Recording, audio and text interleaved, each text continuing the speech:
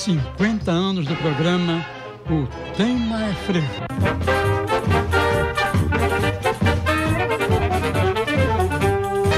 Reginaldo Silva é parte desta história. Eu sou, por incrível que pareça, eu sou olindense, né? Eu nasci em Olinda. E me criei uma parte em Olinda, né? Depois Recife e cidade de Cortês. Tenho 3 cidades do meu coração.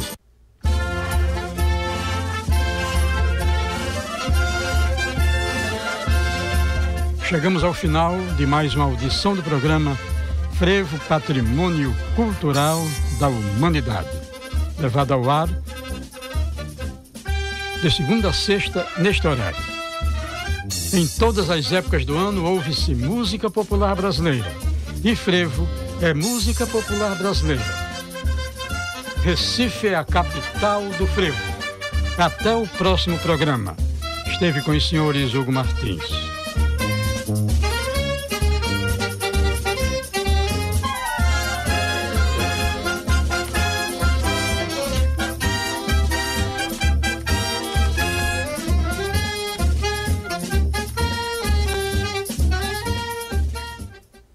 Universitária FM 11h29.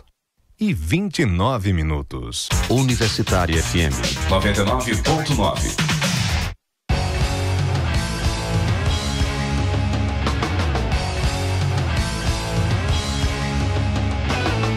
Programa Fora da Curva. Jornalismo, crítica e diversidade. Olá e bom dia, ouvinte das rádios universitárias, a nossa rádio pública 99,9 FM e 820 AM. Hoje é sexta-feira, 25 de maio.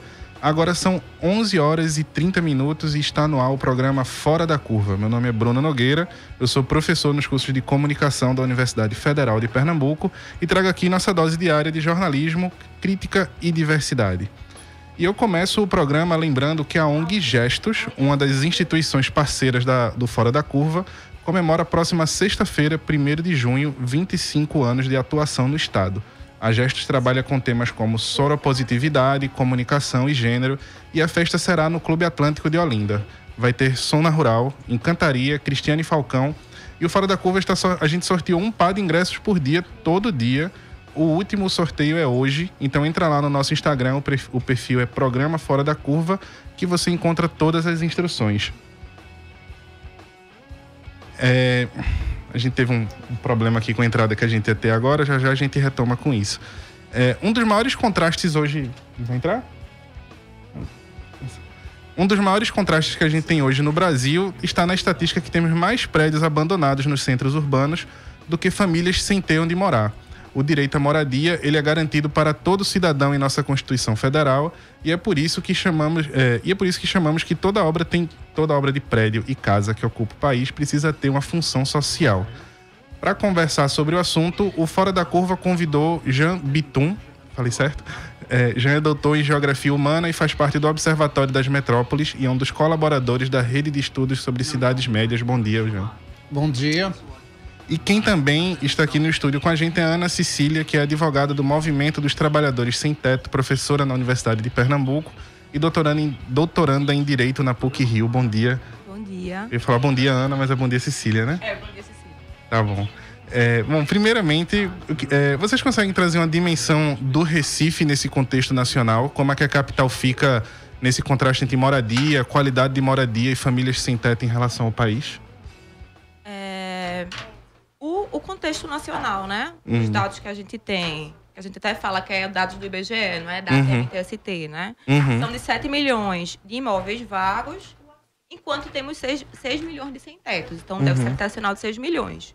O que enseja a gente pensar em uma ausência de política pública habitacional, né? Para que se efetive o direito à moradia. Não se esquecendo que o direito à moradia é um direito constitucional, né? Está no artigo 6º, além de vários pactos internacionais.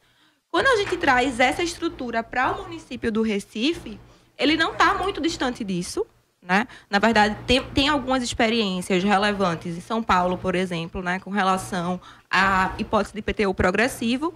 O município do Recife tem um déficit habitacional de 70 mil imóveis, né? Ou 70 mil pessoas com déficit habitacional.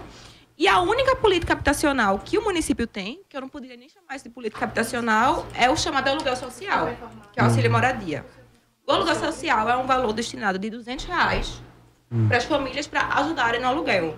E o total de famílias que recebem o aluguel social, isso eu recebi em uma reunião de negociação pela própria prefeitura. São 5 mil pessoas. Então veja o déficit que a gente tem, veja o que a prefeitura oferece. Para além disso, né, eles falam muito desses habitacionais novos, que vão ser entregues, habitacional do Aeroclube.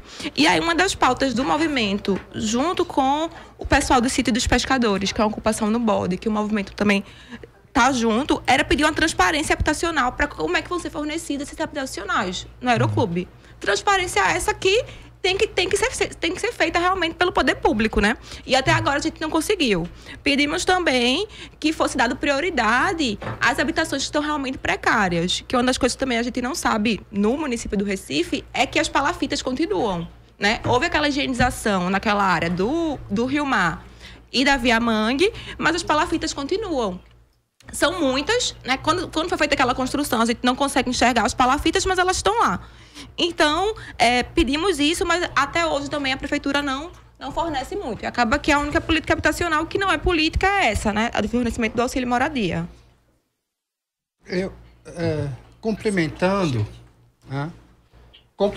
eu diria, para comparar a situação do Recife de outras capitais, é importante dizer que desde muito tempo Recife é marcada internacionalmente por ser a cidade de habitações precárias. Antigamente se chamava Mocambos, depois passa a se chamar, tem diversos nomes. Mas desde a década de 70, quando o Banco Mundial, ao final da década de 70, decide ter uma política relacionada à habitação precária e à pobreza, ele escolhe Recife como um local onde, por exemplo, o Banco Mundial vai financiar cadastros em 78, em 88, em 98. E, recentemente, por exemplo, no caso do Recife, a prefeitura, em 2014, fez um trabalho muito detalhado sobre os assentamentos autoconstruídos precários do Recife, que agrupa em torno de metade da população sobre 35% da área. Portanto, não é falta de conhecimento, mas essa precariedade não é só da habitação, é a precariedade, sobretudo, das infraestruturas públicas, das ruas, do saneamento, do abastecimento d'água, que é intermitente. Você não tem área no Recife onde as pessoas recebem água 24 horas sobre 24. Isso tem grandes consequências. Portanto, eu diria que Recife e Belém, do Pará, dentro do cenário nacional, são as duas capitais, as duas grandes capitais, que têm o quadro mais problemático do ponto de vista da precariedade da habitação. E quando a gente fala em ocupar esses prédios abandonados, sempre surge um discurso muito em defesa da propriedade privada, né? Mesmo aquela que está lá abandonada. Por que o direito à propriedade parece ser mais importante que o direito à cidade e o direito à dignidade humana, por exemplo? Essa narrativa, né, que ela é utilizada muitas vezes pelo poder público, pela mídia hegemônica, né, de que aquelas pessoas que estão com imóveis abandonados têm direito à propriedade, eu acredito, fazendo a interpretação constitucional, que ela é errada. E veja, Bruno, quando eu estou falando de imóvel abandonado, eu não estou falando daquela casa de praia que a gente pode ter. Não estou falando do apartamento que está alugado. Eu estou falando de apartamento que está fechado. Fechado, sem pagar as dívidas do imóvel, que normalmente é assim, né? Está lá fechado. Ou um terreno que está abandonado, realmente abandonado, crescendo mato, né? Enfim, a gente está falando dessa questão realmente. E aí, quando a gente fala de propriedade, né? A Constituição garante o direito à propriedade, de fato garante, mas ela também garante, ao mesmo tempo, a questão da função social da propriedade. Então, o direito à propriedade, como qualquer um outro direito constitucional, ele não é ilimitado. O que há uma tendência do poder público é de não discutir essa questão da função social da propriedade e não enfrentar, né, a função social da propriedade. E para além disso, assim, eu acho que essa minha reflexão sobre o direito e direito à propriedade, pegando um pouco o que a gente falou dessa questão de construção histórica do Recife, né? Da nossa capital, é que a propriedade, desde sempre, ela foi fornecida para alguém. E para alguém, quando se dá as capitanias hereditárias, né? Tira as terras dos povos originários e coloca para os portugueses brancos, né? Quando a abolição da escravatura, a lei de terras, ela favorece os imigrantes europeus, ela nunca favoreceu os ex-escravos. A gente tem uma série de mecanismos, o direito civil, ele serve para proteger uma propriedade e uma propriedade específica, né? Que é essa questão dos grandes proprietários. Mas, apesar de parecer, e aí eu acho que essa narrativa a gente precisa enfrentar dentro do judiciário, dentro da mídia hegemônica, dentro de vários espaços. Claro que vai parecer, por exemplo, dentro do judiciário isso, porque a gente tem um judiciário que recebe auxílio moradia, para além do salário altíssimo do Poder Judiciário. E aí, como é que ele vai ter uma empatia com as famílias sem teto? Se normalmente nunca nem teve essa convivência com elas, né?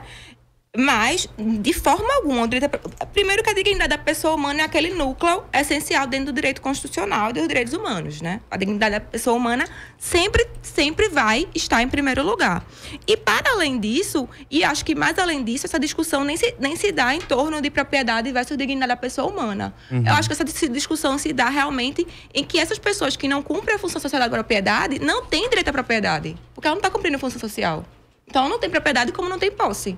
Como é o caso de várias ocupações que a gente vê aqui hoje em dia.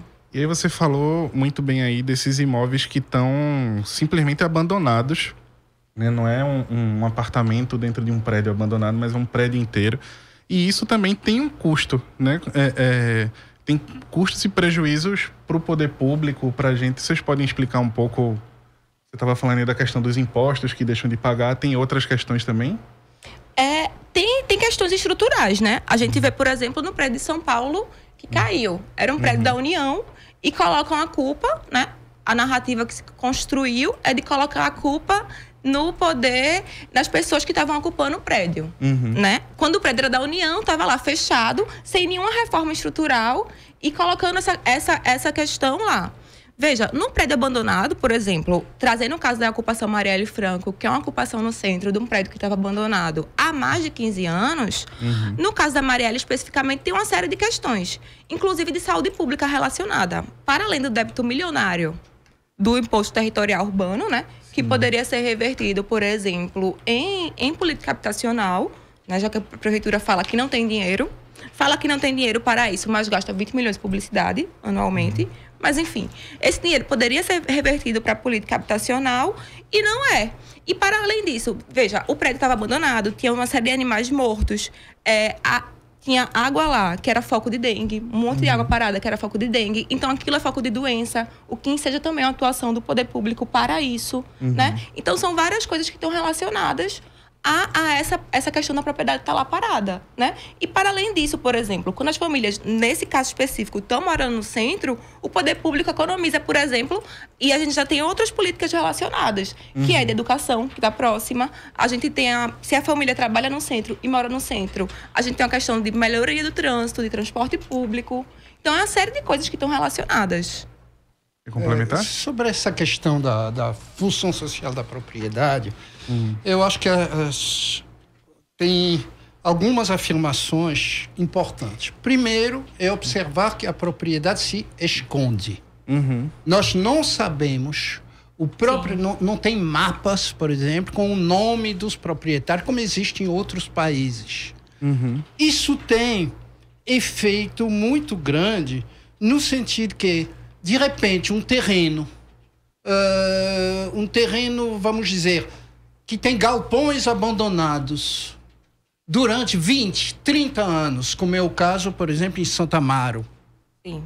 De galpões, aqui perto, entre a Avenida Norte, a Mário Melo, a Cruz Cabugá e a Rua da Aurora. Você tem um monte de galpões abandonados que pertencia certamente a quem?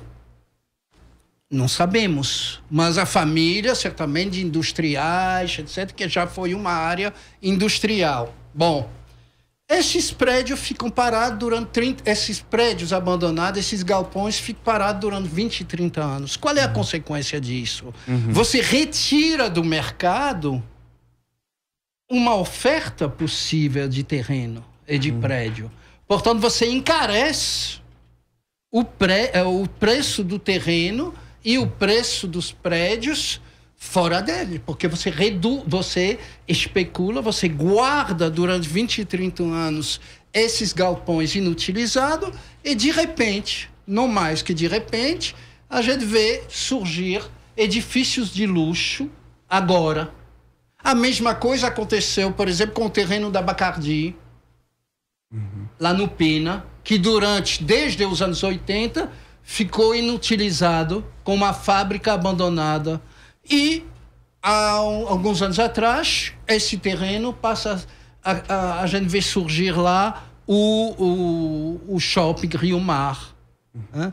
Portanto, o fato da propriedade, quer dizer, de pessoas poder reter durante anos e anos o seu terreno, sua propriedade sem uso, esperando o momento para ela poder aí sim ser vendido com valor muito elevado, isso é um fato comum que acontece.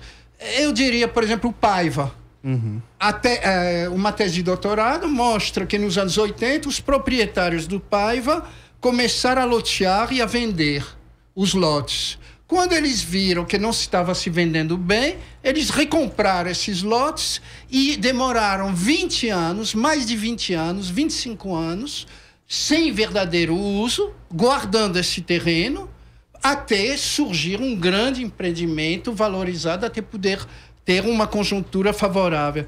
Portanto, isso é verdadeiro em todos os cantos da cidade. Você, existe um mecanismo que é o IPTU progressivo, implantado a partir de 2001 pela lei e que deveria ser implantado através de plano diretor e que nunca foi realmente implantado. Portanto, você mantém, de um lado, o segredo. Quem sabe quem é o proprietário é uma informação privilegiada entre pequenos grupos, e de outro, você mantém essa tendência a especular, isto é, a retirar do mercado solo ou imóveis, galpões, etc., que poderia ser utilizado. E isso tem um efeito trágico, que é de encarecer o acesso a terreno, o acesso a apartamento, a coisa. É isso, que eu diria que talvez seja o principal. Além do que a Cecília falou, eu acho que esse é o principal mecanismo que torna as nossas cidades sem capacidade de realmente ter uma habitação decente.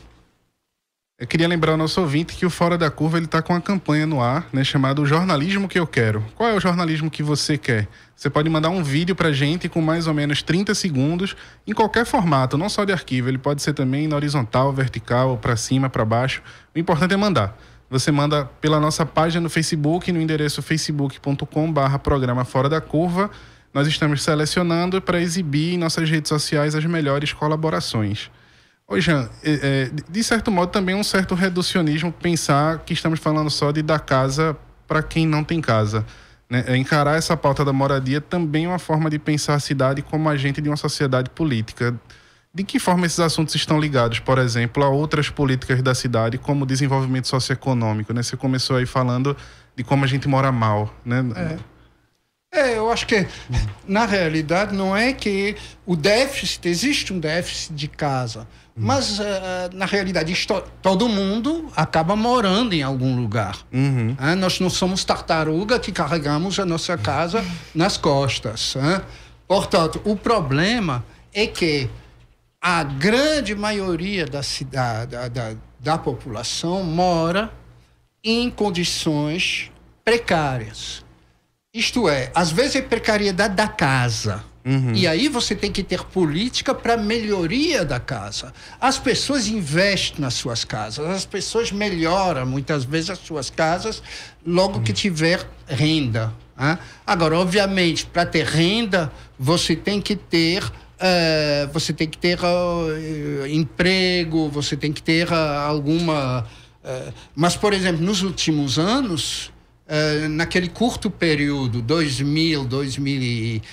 de 2003 a 2010, você teve umas transformações importantes. As pessoas investiram nas suas casas para melhorar suas casas. Só que o poder público não investe nas infraestruturas de saneamento, nessas áreas. Ou quando investe de uma forma tão tacanha, com pouca qualidade, porque para áreas pobres seria a ideia, basta uma baixa qualidade, e aí você pode ter uma casa até boa, mas a rua onde você mora não tem saneamento, não tem drenagem, está distante, não tem iluminação, etc, etc. Portanto, a questão da urbanização do que se chama favela, ou comunidade, ou como você quiser chamar, que na realidade é a forma como o grosso do Recife se construiu. O grosso do Recife foi construído pelas próprias pessoas. Se você pegar as colinas, os morros, se você pegar regiões que a gente chama de alagados, você tem ali tudo isso. E, obviamente, você tem que considerar isso como uma prioridade para a cidade e não uma exceção. Em geral, nas discussões do planejamento urbano, aí que é a questão. Por exemplo, está começando uma revisão do plano diretor. Se você olhar o termo de referência da empresa que foi contratada com dinheiro do Banco Mundial, captado pela prefeitura, o termo de referência se coloca exclusivamente, praticamente, na ideia de onde que o setor imobiliário poderá investir. E, por exemplo, as zonas especiais de interesse social, os assentamentos existentes, muito numerosos, e alguns tem alguns muito precários, outros que não são tão precários, etc., praticamente são vistos como empecilho. A ideia não é ver isso como prioridade. Quer dizer, a prioridade do Recife deveria ser a melhoria dos habitats, das habitações existentes. Das habitações existentes. Isso não quer dizer e o uso dos terrenos e das edificações existentes que estão sem uso. Estão guardados para futuras especulações, para futuros usos. Eu lembro a você como a gente ficou surpreso. Por exemplo, tinha um terreno que era da rede ferroviária do Nordeste. Esse terreno passou para um banco, depois passou para... e acabou na mão do setor imobiliário. Através de que mecanismo? Ninguém soube. Então, aí a gente está surpreso de ver, de repente, surgir edifício de luxo, mantendo-se o grosso da cidade negligenciado. A grande questão é essa, é de uma negligência. Não se considera importante. No entanto, a imagem do Recife no mundo é muito marcada por isso, de ser uma cidade de habitação autoconstruída, de pessoas que construíram as suas habitações. Ô Cecília, e você lembrou muito bem aqui o caso da ocupação Marielle Franco, né, no centro do Recife, e eu vi no relato de algumas famílias que moram lá que existe também uma certa pressão do poder público que essas famílias elas fiquem nas periferias, né? E hoje a gente tem um centro que é um centro bem abandonado, né? Tem essa visão emblemática do centro do Recife, que alguns prédios, inclusive, eles são construídos só metade para frente, metade para trás eles são só esqueletos, né? Essa resistência política que existe, essas ocupações, a gente também pode entender como uma forma de higienização social nos centros urbanos? Sim, Bruno. No caso de Santo Amaro, né? A gente tem a ocupação Marielle, que foi feita na Praça da Independência, na Praça do Diário. E tem mais de 42 imóveis vagos, né? Foi feito um estudo disso com a Habitat, em parceria com o Caos, para demonstrar a quantidade de imóveis vagos. E quando eu tô falando vago, exatamente aquilo que eu já tenho te falado, né? Vagos fechados, sem nenhuma destinação social. E o pior, sem pagar imposto, né? E aí, veja, sem pagar imposto e não sendo executado pela prefeitura. Porque eu não duvido, se eu, você, Jean, a gente não pagar imposto, IPTU, em 3, 4 anos, a prefeitura executa a gente. Não sei como, né? Tem proprietários de 20 anos que não se executa. Agora, essa questão da higienização do centro urbano, né? Ela se dá do centro urbano. E aí, talvez, não necessariamente para a destinação de moradia desse centro urbano, né? No caso de Santo Antônio, mas talvez para uma especulação imobiliária de uma coisa de 10 anos, mais ou menos isso, né? O prédio fechado, que é a ocupação Marielle Franco, deve 1.500.000 de IPTU, mas tem prédios ali fechados que devem 5 milhões de IPTU, por exemplo. Não são executados pela prefeitura, né? E existe essa questão de higienização do centro, mas também de outras áreas da cidade, né? Na Marielle tem isso, mas, por exemplo, em Pocotó, que é aquela comunidade de Boa Viagem, que mora acima do túnel, também há essa necessidade de se limpar essas pessoas da Zona Sul. Porque não querem que essas pessoas estejam na Zona Sul, né? Então, eu acho que quando a MTST ocupa o centro com a Marielle, a gente começa a se disputar o centro da cidade, né? De que essa cidade seja para as pessoas dentro de uma perspectiva coletiva, mas também a gente disputa a periferia normalmente, quando as nossas ocupações são nas periferias, dentro daquela perspectiva que Jean falou, né? De ter habitação de qualidade. Porque quando a gente está falando de moradia, não é somente dar uma casa e pronto, não é? E aí, a gente consegue colocar o prédio que está a ocupação hoje dentro desse contexto que o Jean falou? É um prédio que a gente não sabe quem é o dono ou a gente sabe quem é? A gente sabe quem é o dono, né? Inclusive, na noite da ocupação, eu estava presente também com outra advogada, com todo um relatório, um dossiê sobre o imóvel, né? Com todos os débitos do imóvel, de cada sequencial, de cada andar. Esse mesmo proprietário desse imóvel, né, que é uma empresa, na verdade, tem um outro prédio atrás também lá, bem próximo da ocupação Marielle, que também tem um débito de 2 milhões de IPTU também, fora outras taxas, né? Taxa de bombeiro, por exemplo, que é importante para a segurança, que não são pagas. E aí a gente sabe realmente quem é o dono. Inclusive, assim, o dono não apareceu para pagar nenhum débito, né? Que ele tinha. Mas apareceu o advogado dele no dia da ocupação lá. Inclusive, tinha dinheiro para pagar advogado para entrar com a reintegração de posse, né? Para pagar custos processuais.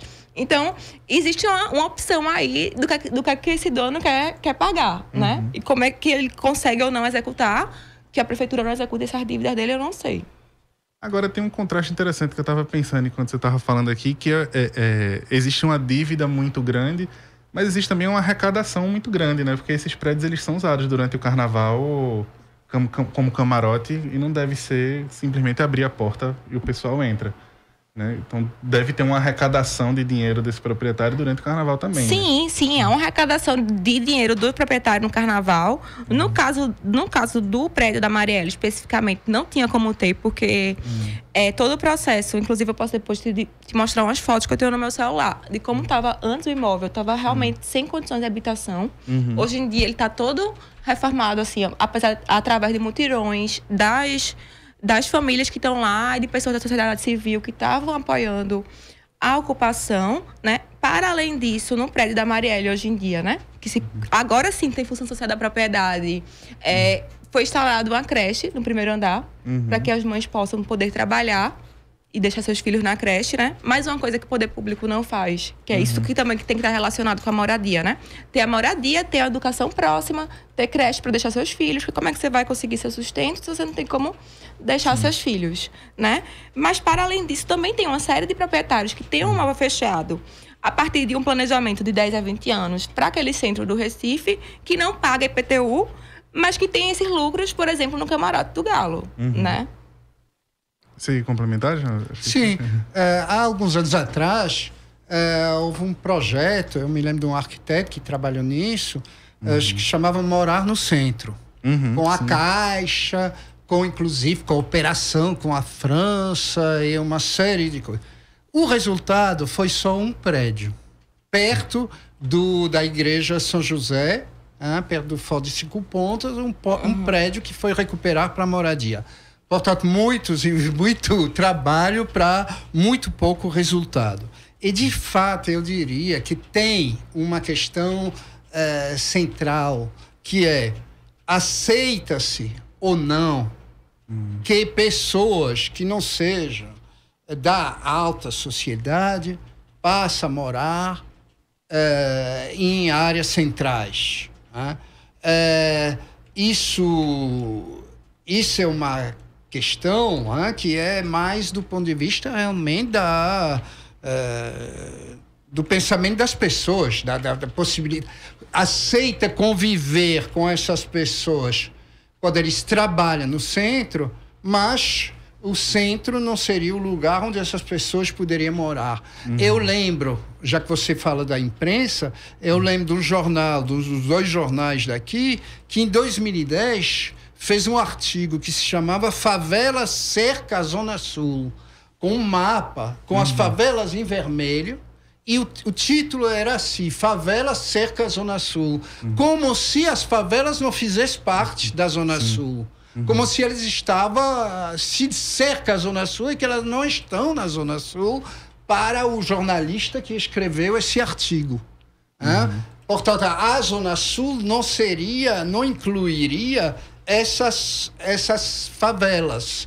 Bom, e o centro não incluiria como morador a população que trabalha nele. Essa é a grande questão.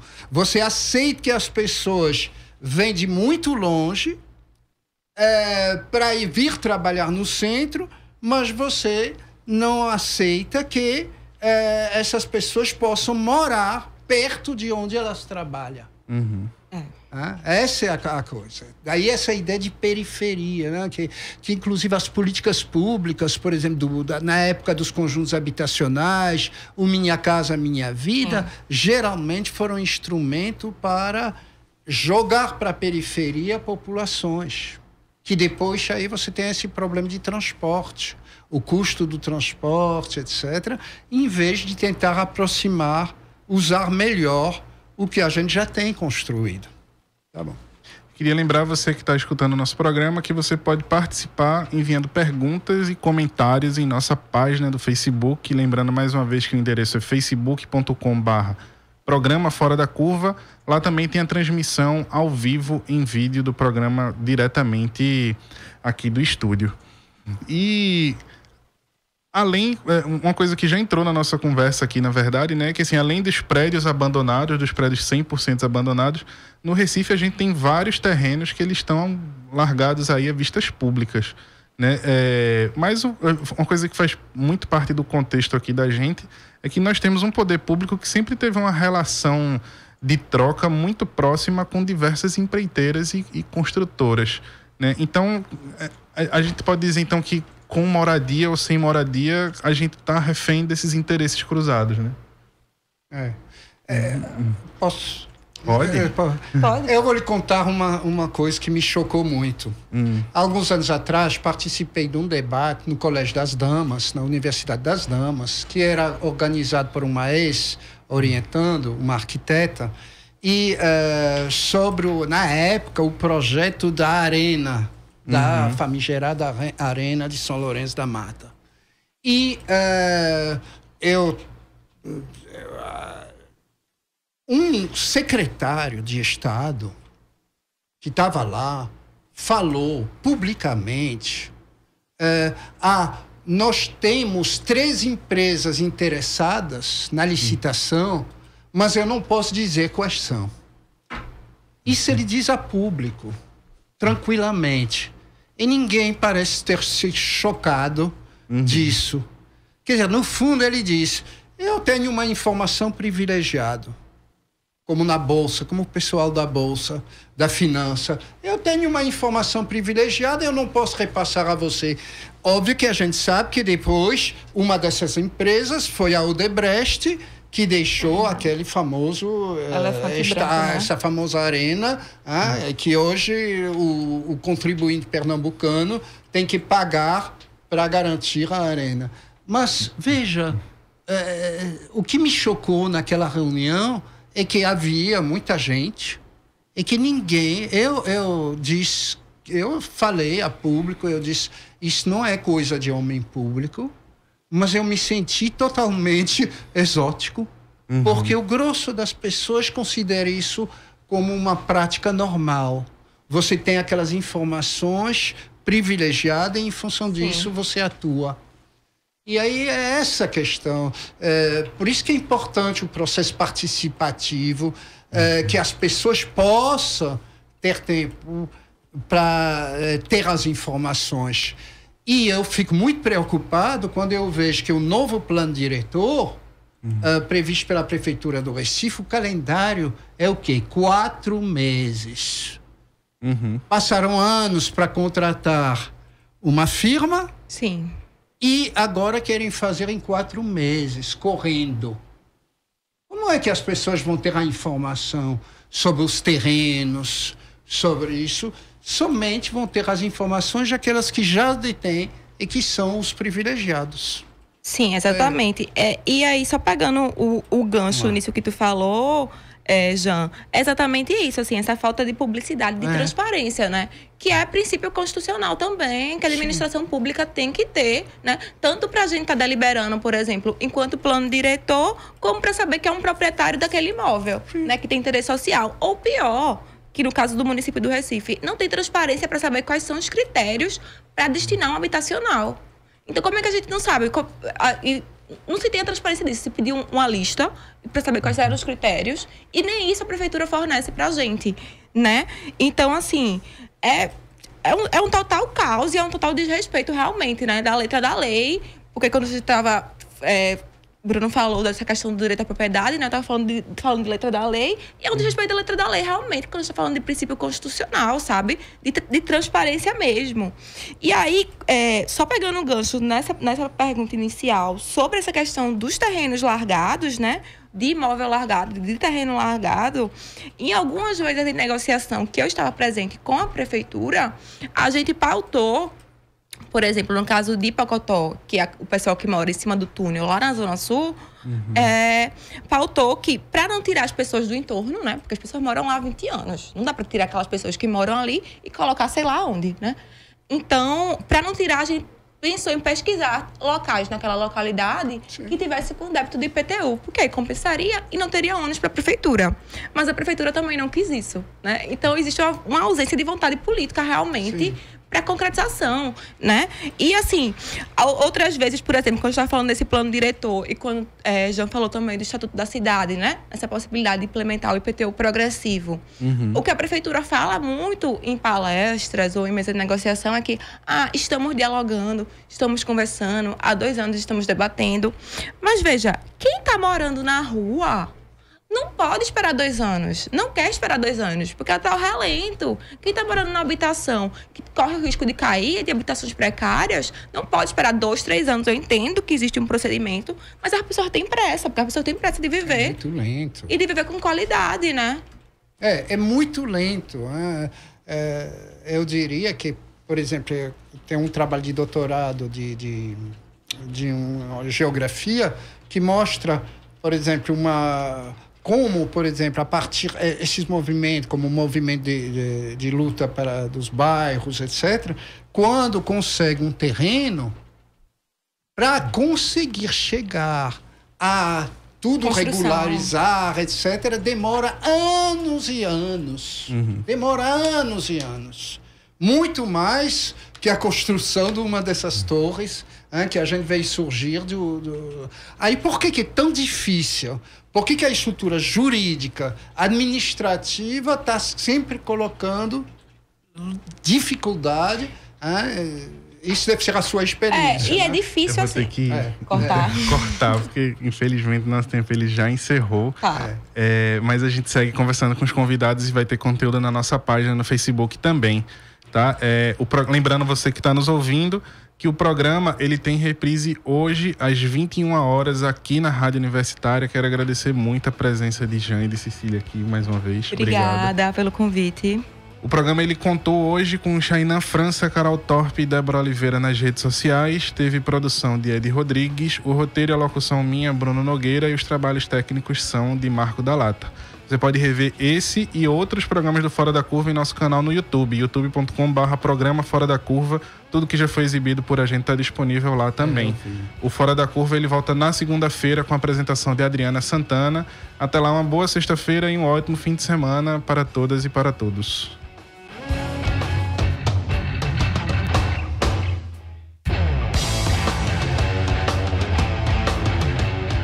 O programa Fora da Curva é uma realização do Departamento de Comunicação Social com o apoio do Departamento de Sociologia, do Núcleo de Design e Comunicação do Centro Acadêmico do Agreste e do Núcleo de Rádio e TV Universitária. Parceria com o Marco Zero Conteúdo, Centro de Cultura Luiz Freire, Centro das Mulheres do Cabo, Centro Sabiá e Terral Coletivo de Comunicação. Esse programa fica disponível nas nossas redes sociais, na nossa página do Facebook, no canal do YouTube e no Mixcloud. A música tema do nosso programa foi composta pela banda Diablo Motor. Programa Fora da Curva. A gente fala o que a maioria cala.